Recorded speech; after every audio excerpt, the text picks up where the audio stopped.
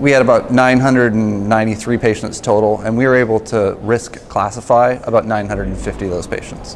And so there's about 2/3 of those patients, about 700 patients that had low risk disease, and the remaining 200 and change had intermediate risk disease. And then what we do is we just follow them along as we normally do, watching patients routinely using physical examinations, blood tests, and biopsies as any active surveillance program would do. And then we followed, and then those who actually had more aggressive disease subsequently found either by PSA or by biopsy were offered treatment as per usual. And then we looked at how those patients fared long term. We looked at overall survival, cause-specific survival, which is the chance of living your life without dying of prostate cancer. We looked at time to treatment, and we looked at PSA control long term.